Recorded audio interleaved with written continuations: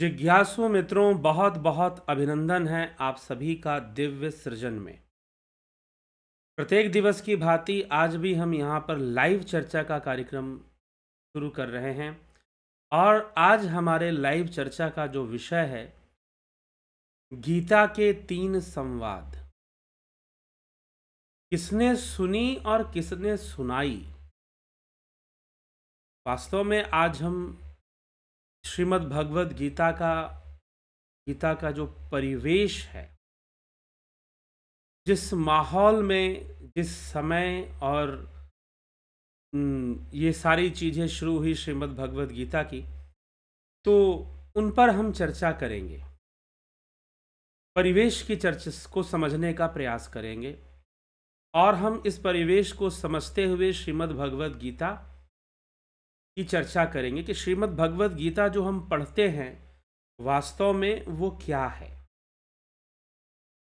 तो सर्वप्रथम इस विषय पर यह विचार कर लेना आवश्यक है कि श्रीमद् भगवद गीता भगवान श्री कृष्ण ने, द्वापर युगावतारी योगेश्वर भगवान श्री कृष्ण ने अर्जुन को सुनाई। अर्जुन कौन है? अर्जुन पांडु पुत्र है। 2 भाई धृतराष्ट्र और पांडु। इन दोनों भाइयों में धृतराष्ट्र अंधा था, पांडु सही थे, लेकिन उनको एक रोग हो गया जिससे कि उनकी मृत्यु हो गई और उनके 5 पुत्र रह गए और पत्नी रह गई। राजनीति का खेल आगे बढ़ता है। नेत्रहीन धृतराष्ट्र और उसका पुत्र दुर्योधन, कहते हैं धृतराष्ट्र के 100 पुत्र थे, उनमें सबसे बड़ा दुर्योधन था और दूसरा दुशासन था। राजसत्ता निश्चय रूप से, क्योंकि पांडु ही पहले राजा थे और सभी भाइयों में, चाहे वो पांडु पुत्र हों चाहे वो कौरव पुत्र हों जो धृतराष्ट्र के पुत्र हैं उनके हों, तो पांडु पुत्र कहना, कौरव पुत्र कहना, कौरव इसलिए कहते हैं क्योंकि कुरु वंश में इन सब का जन्म हुआ। तो कौरव, पांडवों को कौरव नहीं कहते, पांडव भी कौरव हैं, इसमें कोई संशय नहीं है। महाभारत आप जब भी पढ़ें तो इस बात का ध्यान रखें, क्या पांडव कौरव नहीं है क्या? उनका भी तो कुरु वंश में ही जन्म हुआ है, तो वो कौरव कैसे नहीं भाई? वो भी कौरव हैं। लेकिन ये भिन्नता दिखाने के लिए, क्योंकि वो सत्ता पक्ष में है दुर्योधन, तो उसे कौरव कहा जा रहा है। और जो पांडव हैं, जो 5 भाई हैं, एक तरह से बहिष्कृत हैं राज्य से, उनको निकाल दिया गया है। वो लगभग 12 वर्षों का वनवास और 1 वर्ष का अज्ञातवास, 13 वर्षों तक वो राज्य से बाहर हो चुके हैं। 13 वर्ष किसी भी व्यक्ति के जीवन का बहुत बड़ा हिस्सा होता है, ठीक है। तो 13 वर्षों तक जो है वो इस तरह से वन वन में भटक रहे हैं, छुप छुप के रह रहे हैं और बार बार उन पर आक्रमण करने का प्रयास किया जा रहा है कौरवों द्वारा, अर्थात धृतराष्ट्र पुत्रों के द्वारा किया जा रहा है। तो पांडु पुत्रों का अपना एक माहौल है, उनके साथ अन्याय हुआ है छल पूर्वक।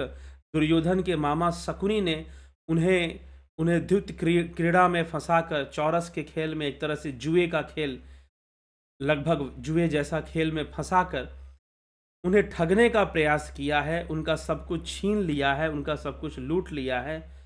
कुछ इस तरह की घटना है। लेकिन जुए से न्याय संभव नहीं है, इसीलिए युद्ध भूमि में युद्ध होगा, तभी जाकर न्याय होगा।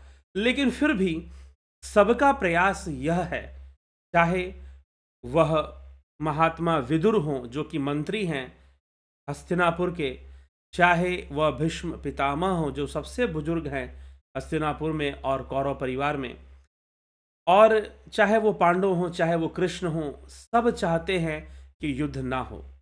लेकिन युद्ध को रोकना इतना आसान भी नहीं था। क्यों आसान नहीं था? क्योंकि कौरवों से, दुर्योधन से बहुत भारी भारी गलती हो चुकी थी। दुर्योधन ने द्रौपदी का चीरहरण, जो कि उसके बड़े भाई की पत्नी है, तो चीरहरण करने का प्रयास किया। नियम के अनुसार युधिष्ठिर सभी भाइयों में सबसे बड़े हैं और योग्य हैं, अपाहिज भी नहीं है किसी भी कारण से। वो ना अपाहिज हैं, ना उनके अंदर बुद्धि बल की कमी है, ना इच्छा शक्ति की कमी है, ना युद्ध कला में कोई कमी है। फिर भी नीतिवान है, गुणवान है, न्यायप्रिय है। फिर भी दुर्योधन राजा बनना चाहता है और धृतराष्ट्र मोहवश यह जानते हुए भी कि यह अनीति होगा, यह अन्याय होगा, यह उचित नहीं होगा, दुर्योधन को राजा बनाना चाहता है, युधिष्ठिर को राजा नहीं बनने देना चाहता, पुत्र मोह में। तो यह एक माहौल बनता है, पुत्र मोह के कारण सारा खेल बिगड़ता है। इसीलिए कहा है मोह सकल व्याधिन करिमूला, गोस्वामी तुलसीदास जी ने यह बात कही है। तो महाभारत में जितनी भी ये समस्याएं दिखाई दे रही, कहीं ना कहीं इसके जड़ में पिता का पुत्र के प्रति अत्यधिक मोह है, अनावश्यक मोह है। तो इस कारण से धृतराष्ट्र यही चाहता है कि उसका पुत्र राजा बन जाए और उसको सहमति सबकी मिल जाए। जितने मित्र राज्य हैं उनकी सहमति, भीष्म पितामह की सहमति, विदुर महात्मा की सहमति, द्रोणाचार्य जो गुरु हैं, कौरवों के कुल गुरु हैं, एक तरह से उनकी सहमति, सबकी सहमति प्राप्त हो जाए, ऐसी इच्छा धृतराष्ट्र की भी है।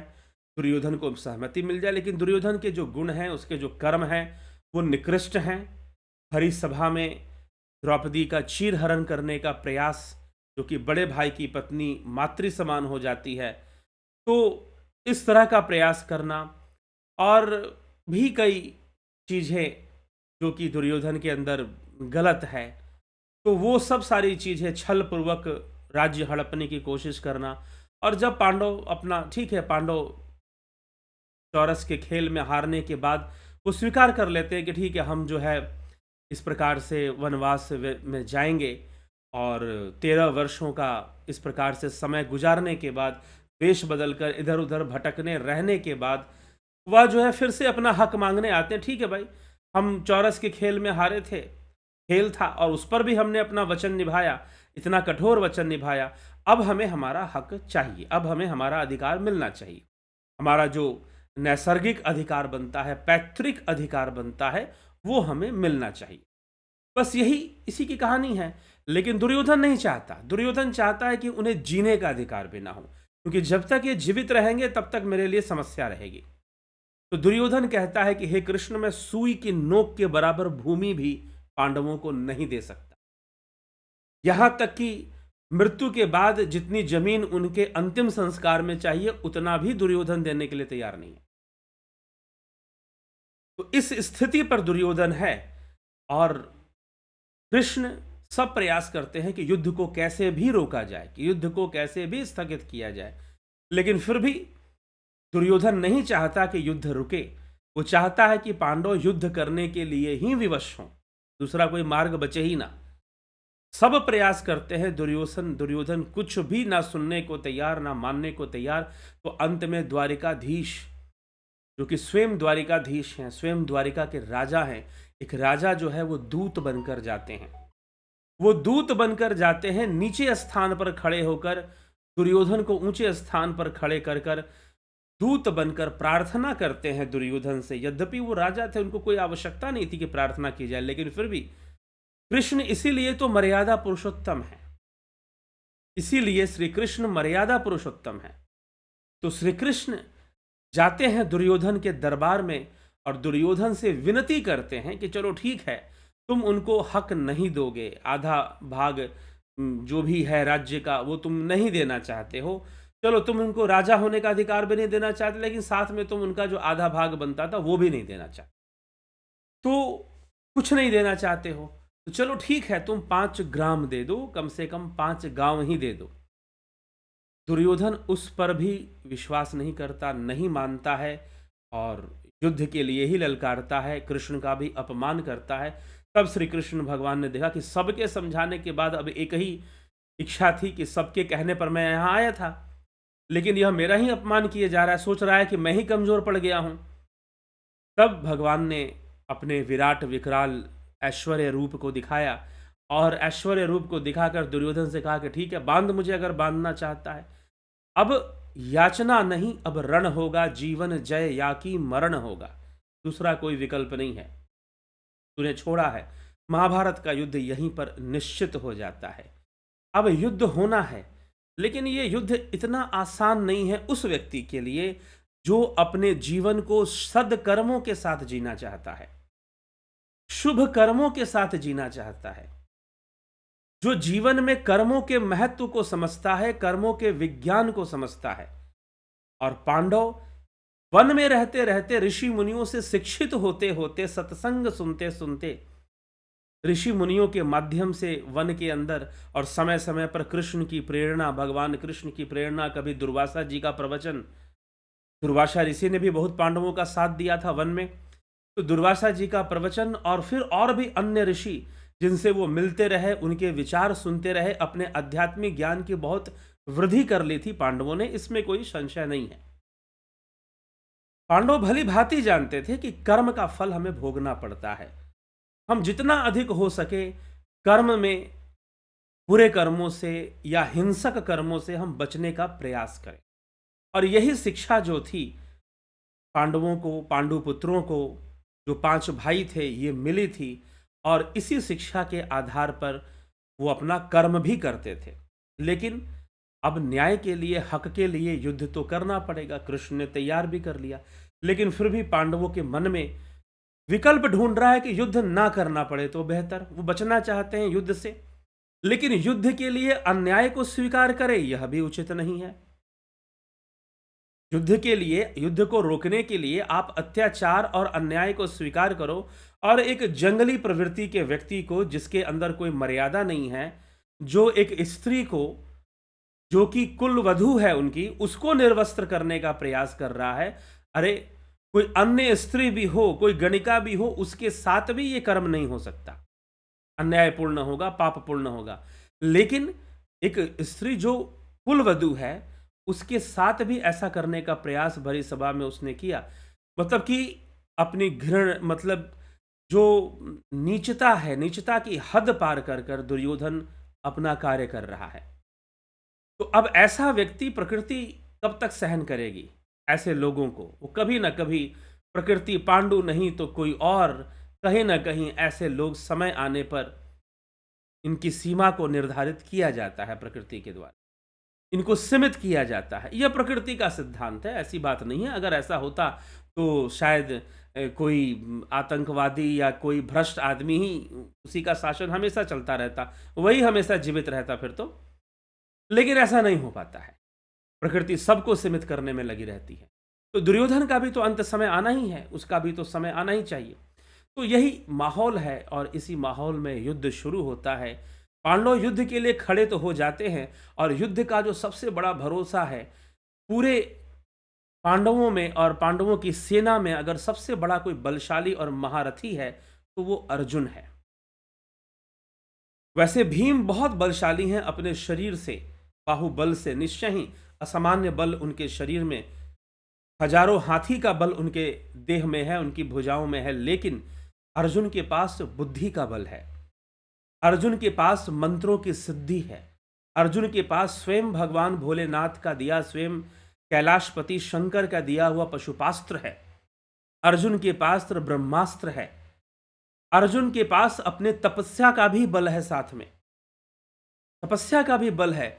लेकिन साथ में ऋषि मुनियों और गुरुजनों से मिली हुई सदकर्मों की शिक्षा भी है। अर्जुन जब युद्ध भूमि में खड़ा होता है और जब उसे कुछ अवसाद होता है, तो उस समय भगवान श्री कृष्ण जो समझाते हैं, अवसाद किस ढंग से होता है, यह हम, अवसाद क्या चीज है, आगे हम कल के व्याख्यान में इसको श्रवण करते हैं।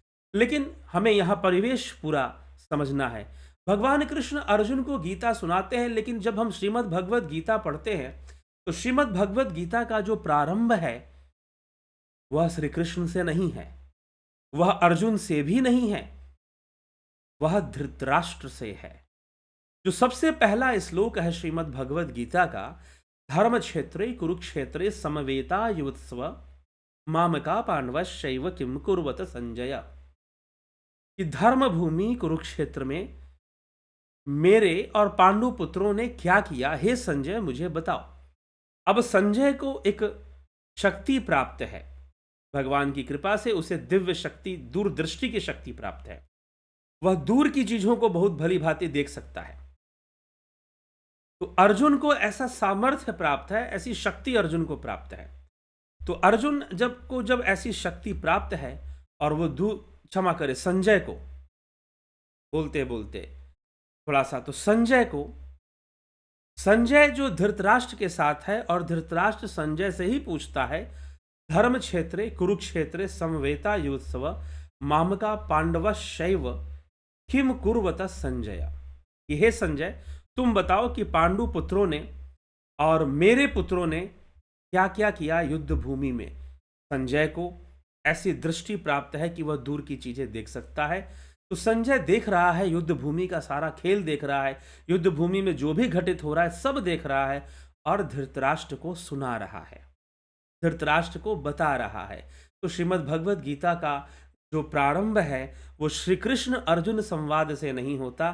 श्रीमद् भगवद गीता का प्रारंभ संजय और धृतराष्ट्र के संवाद से होता है।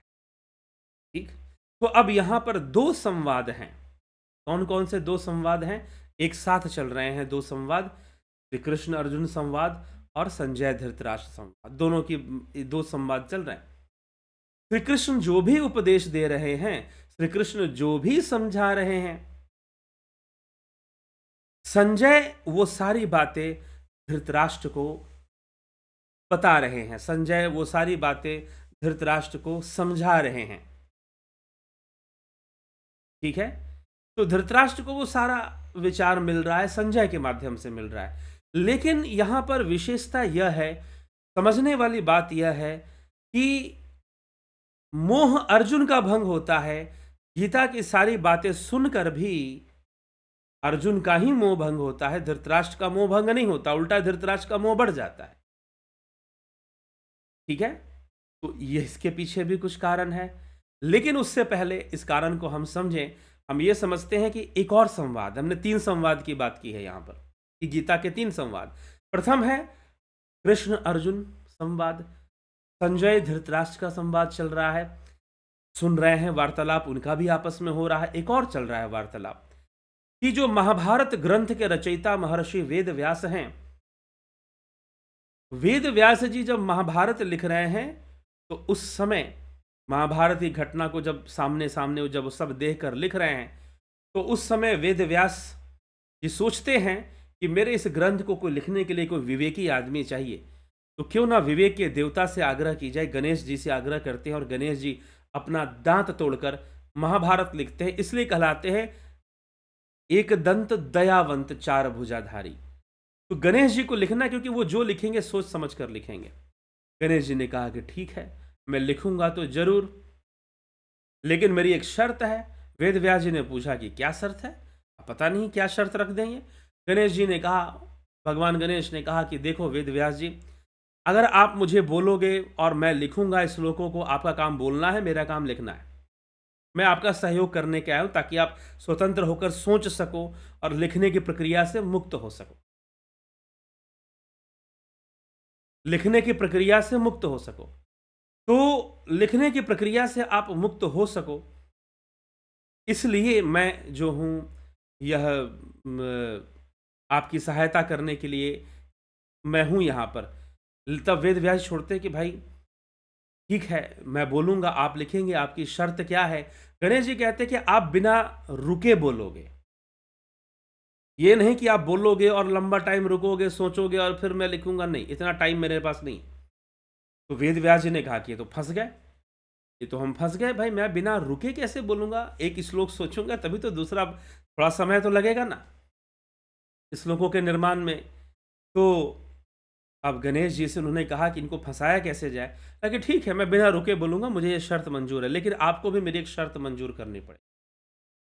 तो गणेश जी ने कहा कि बताइए कौन सा शर्त? तो वेद व्यास जी ने कहा कि आप जो भी मैं बोलूंगा आप उसे बिना समझे नहीं लिखोगे, आप पहले पूरी बात समझोगे तो आप लिखोगे। गणेश जी ने कहा कि ठीक है। तो अब एक संवाद, महाभारत का ही पूरा संवाद लगभग, जैसे महाभारत की युद्ध की जो घटनाएं हैं वो सब संजय धृतराष्ट्र को सुना रहे हैं, वैसे ही अब वेद व्यास जी पूरी महाभारत सुना रहे हैं गणेश जी को, और गणेश जी सोच रहे हैं, समझ रहे हैं, फिर लिख रहे हैं। गणेश जी विचार कर, अब वेद व्यास जी को ऐसे शब्दों की रचना करनी पड़ती है जिससे कि थोड़ा सोचना पड़े। इसलिए महाभारत में कई बार ऐसे श्लोक हैं जहां पर संशय होता है कि किसके बारे में कहा जा रहा है। ठीक ना? कि एक श्लोक आता है कि वहां पर कृष्ण को मरा हुआ देख, केशव को मरा हुआ देख और कौरव रो रहे हैं। तो केशव जल के अंदर शव को देख, कौरव का एक अर्थ होता है सियार। सियार जो होते हैं, जो फॉक्स होते हैं, तो उनको एक तरह से जो इस तरह के जो जानवर होते हैं, जैकल, फॉक्स या वुल्फ जिनको बोलते हैं हम, तो भेड़िए होते हैं, वो थोड़ा दूसरे टाइप के होते हैं, जंगली ज़्यादा होते हैं वो। तो इस तरह से जो हुआ हुआ करते हैं, वो रो रहे हैं भाई, वो रोते हैं सबको देखकर। लेकिन केशव का अर्थ यहाँ कृष्ण भी निकल जाता है, कौरव का अर्थ यहाँ कौरव पुत्र भी निकल जाते हैं, लेकिन वहां पर कौरव का अर्थ सियार। महाभारत में ऐसे ऐसे श्लोकों की रचना कुछ मिलती है। तो संस्कृत भाषा है, इस कारण से भी लोग गलत इंटरप्रेट भी कई बार करते हैं। तो ऐसे श्लोकों की रचना मिलती है और गणेश जी सोचते हैं, विचारते हैं, फिर लिखते हैं, और वेद व्यास जी अपना बोलते जाते हैं, आगे बढ़ते जाते हैं। तो ये 3 संवाद चलते हैं। यह 3 संवाद श्री महाभारत के अंदर श्रीमद् भगवद गीता में चलता है। तो युद्ध शुरू होता है। युद्ध शुरू होता है, तो युद्ध जब प्रारंभ होता है तो भीष्म पर्व से युद्ध शुरू होता है। ठीक है, भीष्म पर्व से शांति पर्व तक। अब जैसे जैसे अब ये भीष्म पर्व का नाम है भीष्म पर्व क्यों? इसलिए है, भीष्म पर्व का नाम भीष्म पर्व क्यों है? तो भीष्म पर्व का नाम भीष्म पर्व इसलिए है क्योंकि जब युद्ध प्रारंभ होता है तो कौरवों के जो सेनापति होते हैं वो स्वयं पितामह भीष्म होते हैं। वो कौरवों के पहले सेनापति बनते हैं। वो जब अर्जुन उनको बाणों की शैया पर सुला देता है तो दूसरे सेनापति बनते हैं द्रोण। तो द्रोण पर्व शुरू होता है, फिर कर्ण पर्व शुरू होता है। इस प्रकार से जो पर्व है नाम दिए गए हैं। तो अंत में जब युद्ध समाप्त हो जाता है और चारों तरफ शव ही बिछे होते हैं कुरुक्षेत्र की भूमि में, तो फिर वहां पर क्या होता है भाई? कुरुक्षेत्र की भूमि में जब शव ही बिछे हैं तो वहां पर शांति पर्व, फिर वहां पर शांति पर्व की चर्चा आती है। तो इस प्रकार से ये पूरा परिवेश है महाभारत का। और अर्जुन के लिए यह बहुत कठिन हो रहा है, तो अर्जुन की क्या स्थिति होती है, हम और इस परिवेश को स्पष्ट करते हुए, तो महाभारत का युद्ध क्यों होना पड़ा? नहीं होता तो अच्छा था। सबने प्रयास किया, लेकिन प्रकृति का जो लेख है, प्रकृति की जो लेखनी है, उसे भला कौन टाल पाता? यह भी एक बात है। लेकिन सबने ईमानदारी से प्रयास किया रोकने का, चाहे भीष्म पितामह हो, चाहे वह महात्मा विदुर हो, द्रोणाचार्य हो, और अंततः स्वयं भगवान श्री कृष्ण। अंततः स्वयं भगवान श्री कृष्ण ने सबसे बड़ा प्रयास किया। कुछ लोग कहते हैं कि कृष्ण ने युद्ध करवा दिया, मतलब कि आप ये चाहते हैं कि कृष्ण अगर पांडवों को हर अत्याचार सहने की शिक्षा देते, जैसे कि सन 47 के पहले या 48 के पहले हमारे देश में कुछ ऐसा माहौल था कि जहां पर एक समाज को अत्याचार सहने की शिक्षा दे दी जाती थी। उनके नेता ही कहते थे कि तुम मृत्यु स्वीकार करो, तुम्हारे साथ दंगा हो रहा है, ठीक है, तुम हिंसा मत करो। तो कहीं ना कहीं आप हिंसा को बढ़ावा ही तो दे रहे हैं।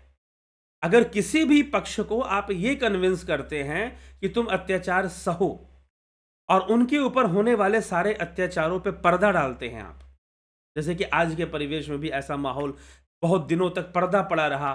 कश्मीर में हुए अत्याचारों पर, मालाबार में हुए अत्याचारों पर आज भी बहुत सारे लोग नहीं जानते। आज के बहुत सारे युवा नहीं जानते कि मालाबार केरल का इतिहास क्या है। 1921 में वहाँ कौन सी घटना घटी थी? जब खिलाफत आंदोलन शुरू हुआ था, उसके बाद मालाबार में क्या माहौल था? हम तो सोचते हैं खिलाफत आंदोलन का गांधी जी ने समर्थन किया था, लेकिन उस आंदोलन का क्या परिणाम हुआ था? तो इस तरह के पर्दा डालना महापाप के समान ही है। महापाप के समान ही है, क्योंकि एक पक्ष को आप अत्याचार सहने का लिए सहमत कर रहे हो कि भाई तुम्हारी माताओं बहनों के साथ बलात्कार हो रहा है तो सही हो रहा है, तुम्हारी हत्याएं हो रही हैं तो सही हो रही हैं, वो तो धर्म युद्ध कर रहे हैं। क्या ऐसी शिक्षा दी जा सकती है? किसी को अत्याचार सहते रहने की शिक्षा?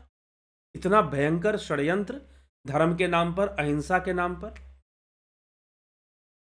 ठीक है, तो ये जो षड्यंत्र, कृष्ण ऐसे अहिंसावादी नहीं थे। कृष्ण एक मर्यादित और सटीक अहिंसावादी थे, परफेक्ट अहिंसावादी जिसको हम कह सकते हैं। हाँ, जो उस समय सन 48 के पहले, 1948 के पहले जो अहिंसावाद चल रहा था, उसे हम परफेक्ट नहीं कहते, क्योंकि भरपूर हिंसा हुई है। इतिहास की किताबें उठाओ, किस तरह से निर्ममता से अंग्रेजों ने पहले आदिवासियों पे अत्याचार किया है। एक युद्ध में, मात्र एक ही युद्ध में कहते कि 25,000 आदिवासियों की हत्या, उस जमाने में जिस समय जनसंख्या, जो पॉपुलेशन डेंसिटी बहुत कम हुआ करती थी, 25,000 आदिवासियों की हत्या एक ही युद्ध में अंग्रेजों ने कर दी। उस 25,000 में कई गांव बिल्कुल वीरान हो गए, समाप्त हो गए आदिवासियों के। झारखंड में, अब झारखंड राज्य बन गया है, तब नहीं था। तो जो है, इस तरह से इतना अत्याचार, इतना खून खराबा, और उसके बाद दंगों का माहौल और बहुत सारा माहौल, इस तरह की बातों और उस पर पर्दा डालने की कोशिश करना, कोई भी मजबूरी हो उस पर पर्दा तो कम से कम नहीं डाल सकते हैं। तो यह सब सारी चीजें हैं। तो कृष्ण वैसे अहिंसावादी नहीं है। हाँ, कृष्ण अहिंसावादी हैं तभी जब उन्होंने देखा, जब माल्यवन का आक्रमण हुआ, जब कृष्ण ने कंस का वध कर दिया, तो मथुरा के ऊपर चारों तरफ से आक्रमण हुआ। जरासंध का भी आक्रमण हो रहा है, माल्यवन का भी आक्रमण हो रहा है। कंस का वध हुआ है तो कंस के सारे मित्र आक्रमण करते हैं कृष्ण के ऊपर। तो भगवान कृष्ण यह देखते हैं कि अगर मथुरा पे आक्रमण हो रहा है, वास्तव में मथुरा पे नहीं हो रहा है, आक्रमण मेरे ऊपर हो रहा है, और मेरे कारण जो है ये सारी जनता भी डिस्टर्ब हो जाएगी, मथुरा अस्त व्यस्त और तहस नहस हो जाएगी, और यदि मैं मथुरा छोड़ के चला जाऊं तो यह समस्या यहीं पर टल जाएगी और मथुरा नगरी की रक्षा हो जाएगी। और यही विचार कर कर भगवान अपने आप को रण छोड़ कहलवाना मंजूर करते हैं। इस तथ्य पर लोग विचार नहीं देते, लेकिन अगर सही से ग्रंथों का अध्ययन करोगे तो यह समझ में आएगा कि कृष्ण को रणछोड़ कहा गया। उन्होंने रण छोड़ा ही क्यों? क्यों रण छोड़ा? इसीलिए छोड़ा था, अहिंसा के लिए छोड़ा था। कृष्ण जैसा अहिंसावादी, अगर महाभारत का युद्ध भी कृष्ण के कारण हो रहा होता तो शायद कृष्ण कुछ और लीला कर देते, लेकिन कृष्ण चाह कर भी नहीं रोक पा रहे थे युद्ध को। ये परिवेश हमें समझना पड़ेगा, और मात्र रामचरित्र ही नहीं, कृष्ण चरित्र भी हमें सही से समझना पड़ेगा कि कृष्ण ने कितना संघर्ष किया है, कितना सहा है अपने जीवन में, और मथुरा की रक्षा के लिए वो रणछोड़ कहलाना स्वीकार करते हैं। वृंदावन के बाल गोपालों के मानवीय अधिकार के लिए वो माखन चोर कहलाना भी स्वीकार करते हैं। ठीक, तो ये सब, ये कृष्ण का चरित्र है, इसीलिए कृष्ण भी मर्यादा पुरुषोत्तम है, इसमें कोई संशय नहीं है। कभी ध्यान से कृष्ण चरित्र को पढ़ो, कभी ध्यान से देखो कि कहां पर भगवान ने, ऐसे ही कथाओं के हिसाब में से नहीं, गाने बजाने के लिए आपने भागवत सुन लिया। आजकल तो लोग भागवत डांस करने जाते हैं, भागवत में जाते हैं कि वहां नाच लेंगे थोड़ा सा, ऐसे नाचने को नहीं मिलता तो वहां नाचेंगे, ऐसे नाचेंगे तो पता नहीं लोग क्या बोलेंगे, तो वहां डांस कर लेंगे थोड़ा सा।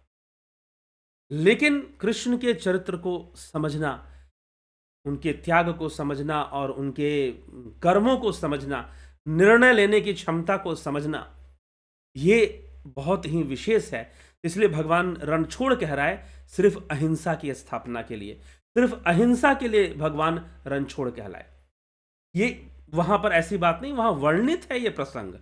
कृष्ण क्यों रण से भागते हैं? इसलिए नहीं भागते कि वो डर गए थे चारों तरफ से आक्रमण हो रहा है, तो नहीं, सारा समस्या का जड़ उन्होंने अपने आप को पाया कि मैं अगर मथुरा में हूं तो ये चारों तरफ से जो आक्रमण हो रहा है ये रुक जाएगा। अगर मैं मथुरा छोड़ दूं तो मथुरा छोड़ देते हैं और मथुरा से बहुत दूर चले जाते हैं। और उसी समय सारे आक्रमण वहीं पे रुक जाते हैं। जरासंध का आक्रमण रुक जाता है और माल्यवन और क्या-क्या काल और क्या-क्या राजाएँ हैं। हो सकता है कि मैं थोड़ा गलत बोल जाऊँ, महाभारत में या भागवत महापुराण में भी आपको ये कथा मिल जाएगी। ठीक है? तो इस तरह से युद्ध को रोक दिया, हिंसा होने से रोक दिया और जनता की रक्षा कर ली भगवान कृष्ण ने, और वो वहाँ से चले गए। जहाँ पर छोटा बनना हो, छोटा बनने में वो कहीं पर भी पीछे नहीं हटते हैं। अपने भाई के सामने भी, बड़े भाई के सामने भी हमेशा छोटा बन के रहते हैं। तो ये उनका गुण है, सर्व सामर्थ्य होने के बाद भी अपनी जो स्थिति है, अपनी स्थिति के अनुकूल एक कर्म कर कर वो दिखाते हैं। और भगवान कृष्ण दूत बनने में भी लजाते नहीं हैं, शर्माते नहीं हैं, हिचकते नहीं हैं। दूत बनकर दुर्योधन के पास चले जाते हैं कि भैया सुलह कर लो, आधा राज्य नहीं दोगे, 5 गांव देकर सुलह कर लो। लेकिन वो तो दूर की बात, उल्टा वो भगवान को ही देख कर कि भाई द्वारकाधीश को इस स्थिति में आना पड़ता है, इसका मतलब कि ये लोग बहुत कमजोर पड़ चुके हैं।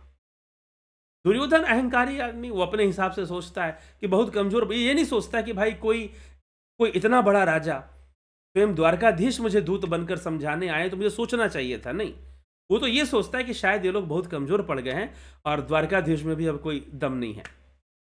तब भगवान विकराल रूप धारण कर कर उसको अपना दिखाते हैं कि अब तो याचना नहीं रण होगा। तब दुर्योधन को समझ में आता है, तो युद्ध के पहले सेना मांगने पहुंचता है भगवान कृष्ण। तो ये सारा एक परिवेश था, और इस माहौल में जो घोर अन्याय हुआ था पांडवों के साथ, उस अन्याय के प्रति ये युद्ध प्रारंभ होता है। और उस युद्ध भूमि में श्री भगवान श्री कृष्ण के द्वारा अर्जुन को श्रीमद् भगवद गीता का प्रवचन सुनाया जाता है। दोनों योद्धा हैं, दोनों राजा हैं, और लेकिन एक गुरु है, एक शिष्य है। वैसे संसारिक संबंध में दोनों मित्र हैं, सखा हैं, कजन ब्रदर्स भी हम उनको कह सकते हैं, कृष्ण और अर्जुन को। तो इस प्रकार से कथा के अंदर जो माँ थी अर्जुन की, कुंती, वो भगवान कृष्ण की बुआ लगती थी। वसुदेव की बहन लगती थी, जो कृष्ण के पिता हुए। महात्मा वसुदेव धर्माधिकारी, धर्म मंत्री थे वो कंस की सभा में। तो उनकी बहन लगती थी कुंती। तो इस कारण से बुआ का भी एक संबंध था, तो कजन ब्रदर भी आजकल बोलते हैं। तो इस तरह से ऐसा भी एक संबंध था, लेकिन मित्रतापूर्वक व्यवहार था दोनों के बीच में। और कृष्ण क्या समझाना शुरू करते हैं, कौन से शिक्षा देते हैं, क्यों देते हैं, हम कल से विचार करेंगे। और इस शिक्षा में भी अहिंसा छुपी है, अहिंसा की मर्यादा है। तो एक मर्यादित अहिंसा, एक आदर्श रूप में जिसको हम अहिंसा कह सकते हैं, उस अहिंसा की स्थापना भगवान कृष्ण ने, उस अहिंसा की स्थापना भगवान श्री कृष्ण ने की है। तो उस अहिंसा की स्थापना की है, इसलिए वो भी, कृष्ण भी एक मर्यादा पुरुषोत्तम है। वो अपनी लीला से कहीं ना कहीं आदर्श की स्थापना कर रहे हैं, मर्यादा की स्थापना कर रहे हैं। तो चलिए ठीक है, यही महत्वपूर्ण विषय है आज का जो हमने चर्चा में लिया। और कल फिर 9 बजे लाइव चर्चा मिलेंगे। आज की चर्चा को यहीं पर विराम देते हैं और कल फिर मिलते हैं 9 PM लाइव चर्चा। और ध्यान योग का कोर्स तो आगे बढ़ चुका है, अब ज्वाइन नहीं कर सकते। अब जिसको भी ज्वाइन करना है ध्यान योग, अगले महीने की क्या तारीख होगी वो आपको अनाउंस की जाएगी, बताई जाएगी, आपको मिलेगा उसका टाइम शेड्यूल क्या है, जो भी मिलेगा समय आने पर। अभी तो नहीं, इस महीने के अंत तक या दिसंबर के प्रारंभिक सप्ताह में आपको उसका डिटेल भी प्राप्त हो जाएगा। तो समझिए इस विषय को, श्रीमद् भगवद गीता किस माहौल में, किस परिवेश में शुरू होती है, कैसे शुरू होती है। कल से फिर हम श्रीमद् भगवद गीता के प्रथम अध्याय से आगे बढ़ेंगे। आज भी हमने थोड़ा सा प्रथम अध्याय पे ही चर्चा की है, तो कल और प्रथम अध्याय अर्जुन विषाद योग नामक प्रथम अध्याय पे चर्चा आगे बढ़ेगी और उसी को हम चर्चा में। बहुत बहुत आभार आप सभी का, जुड़े रहें, बने रहें, लाभान्वित होते रहें।